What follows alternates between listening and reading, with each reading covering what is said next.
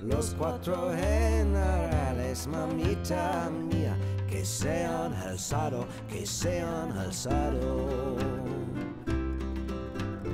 Madrid, que bien resistes, Madrid, que bien resistes, Madrid, que bien resistes, mamita mía, sus bombardeos, los bombardeos.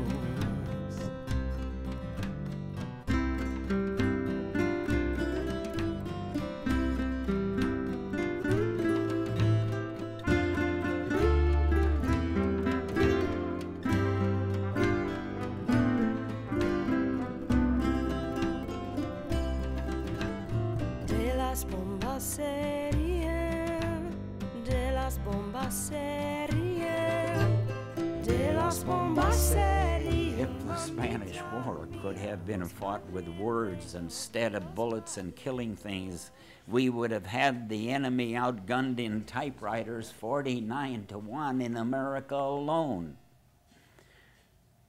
All the words in the world, all the spirited willingness, all the support of so many people the world over who got the connection just wasn't enough.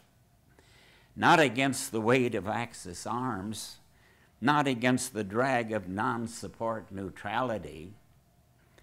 Frustrated Francoistas screamed, "Let's get Garcia Lorca." Franco and his Foreign Legion General Astre hated intellectuals. Lorca, known the world over as a genius beyond question, became one of the first to be butchered by Franco forces. General Astre looked like a figure out of horror films with a patch over one eye. He interrupted a lecture by the renowned philosopher Unamano at Salamanca University. Astre shouted, "Viva la muerte!" Long live death. Abajo la inteligencia! Down with intelligence. Dr. Unamano replied, "There is no more fundamental distinction between man psychologically and morally than the one between those who love death and those who love life. Those totally devoted to death are insane." Before his death, Lorca said he would write in the time of wars the poetry of those who hated war. Hitler was burning books, Mussolini was castor oiling Italians and sending spear-carrying Ethiopians to kingdom come.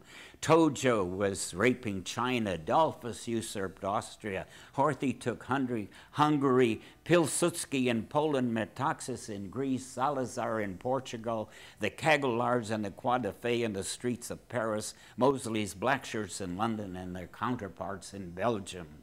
And the very thing happening over there had reached our shores too.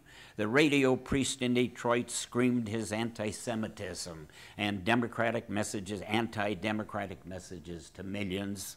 Pelly's silver shirts in St. Louis, the fascist Black Legion in Michigan, Fritz Kuhn and his Nazi Bund, Reverend Winthrop in Kansas aping them all, the Liberty League and the America Firsters, and General Smedley Butler testified in Congress that he was urged to lead a fascist coup.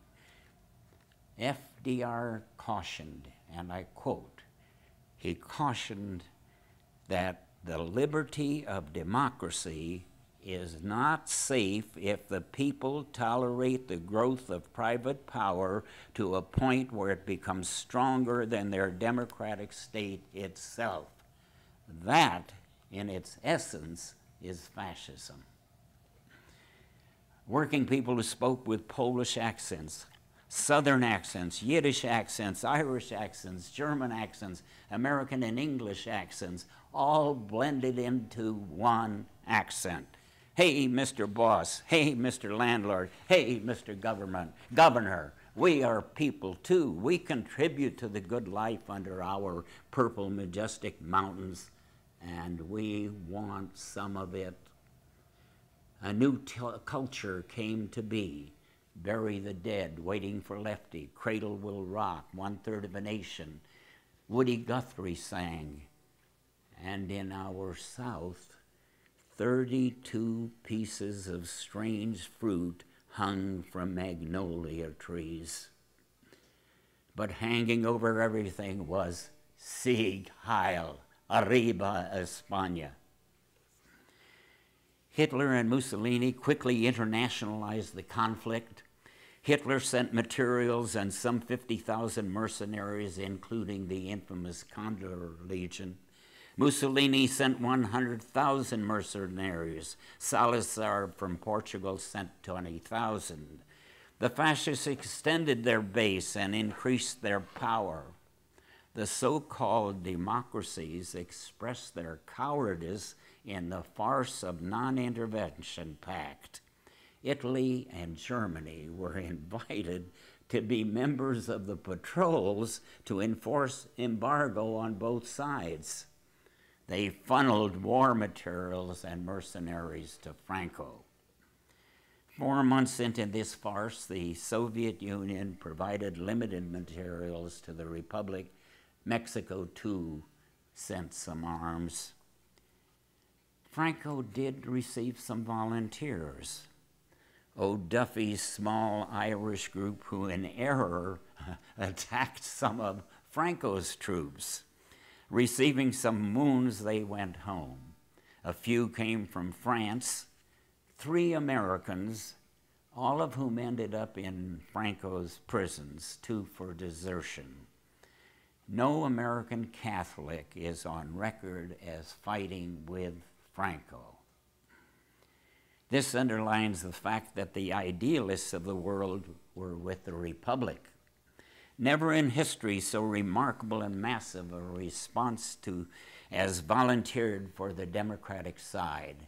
45,000 volunteers came from 52 different countries, about 2,600 from the United States. And volunteering was a matter of selfless idealism, some romanticism, and importantly, a matter of historic foresight. Now, the problem with history is that choosing decisions looks easy afterward, in retrospect. The response of the International Brigade volunteers can be understood only if we take a look, however cursory and impressionistic, at the glorious decade of the 30s. Let's turn back and see what we can pick up.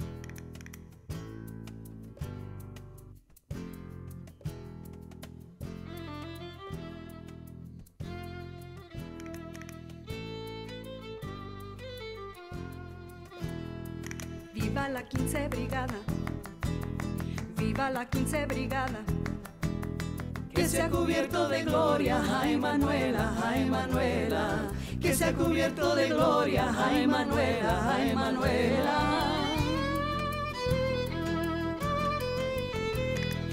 Luchamos contra los moros, luchamos contra los moros, mercenarios y fascistas, ay Manuela, ay Manuela. Mercenarios y fascistas, ay Manuela, ay Manuela.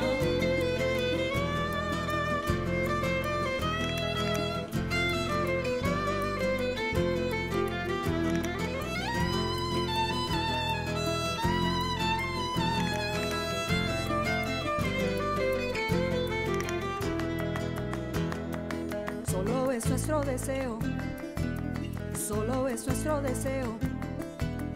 Acabar con el fascismo, ay Manuela, ay Manuela. Acabar con el fascismo, ay Manuela, ay Manuela.